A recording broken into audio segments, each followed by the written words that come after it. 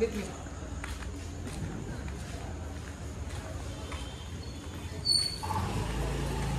Guys అయితే మనం singer కళాకారు దగ్గరికి అయితే వచ్చినాము.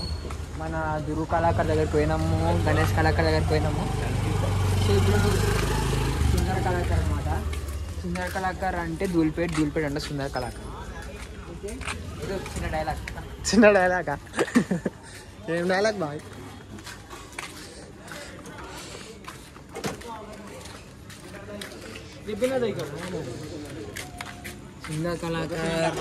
సుందర కళాకారు కదా. మన డాన్ అయితే వేరు. మన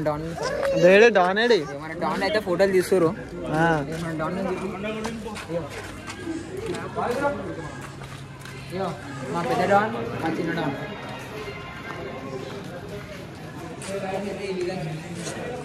చూపిరా. సో గైస్ మనకి ఈ విధంగా అయితే మన గణేశులు అయితే ఉన్నారు మన సుందర కళాకారుల. సో మన పెద్ద గణేశుని రేట్ అయితే కనుక్కున్నాం. 3,70,000 తెలుసా బ్రో? అప్పుడే అరే అలా అట్లుంటాం బ్రో. ఇది భాగ్యనగర్లా పెద్ద గణేష్. ఇది 22 feet. గణేశుడు మొత్తం పైన శివుడు వచ్చింది. ఫోటోలు తీస్తారు బాయ్. పైన శివుడు వచ్చింది మనకి. ఎవరైనా ఎవరు ఏమో తెలియదు అన్నా. ఎవరన్నా? జగన్నాథ్. Sorry, Jagannath temple. జగన్నాథ్ దేవుడు అయితే వచ్చిండు మనకి. సో అయితే ఈ విధంగా అయితే మనకి సుందర కళాకారులు అయితే గణేశుడు అయితే ఉన్నారు. సుందర కళాకారాన్ని పేరు ఎందుకు వచ్చిందంటే బెస్ట్ ఎగ్జాంపుల్ మొత్తం ఇట్లా డిజైన్ వేసి ఇట్లా మొత్తం పెయింటింగ్తో సహా పెడతారు కాబట్టి సుందర కళాకారం పెట్టారు. సో పెద్ద పెద్దవి గణేశులు ఉంటాయి. సో అయితే మన డాన్లెం కూడా వచ్చినాం కాబట్టి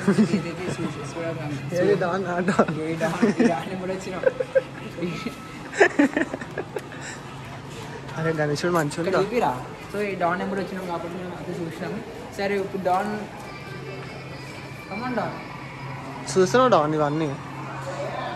సో గాయస్ అయితే ఈ గణేశుడు అయితే మనకి 3,70,000 3,17,000 అనమాట. 70,000. ఓకే, 70,000 అనమాట. మనం దీనికి గణేశుని కింద అయ్యా తొండం కిందకి వెళ్ళిపోతున్నాం బాయ్. బాయ్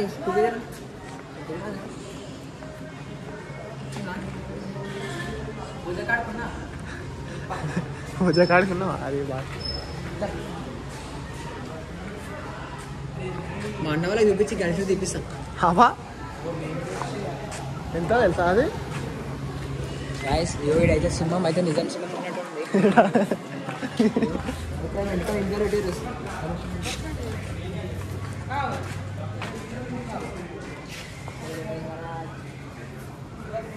సో గాయస్ మన బ్లాగ్ అయితే కంప్లీట్ అయిపోయింది అనుకోకూరి. ఇంకా బ్లాగ్లు వస్తూనే ఉంటాయి.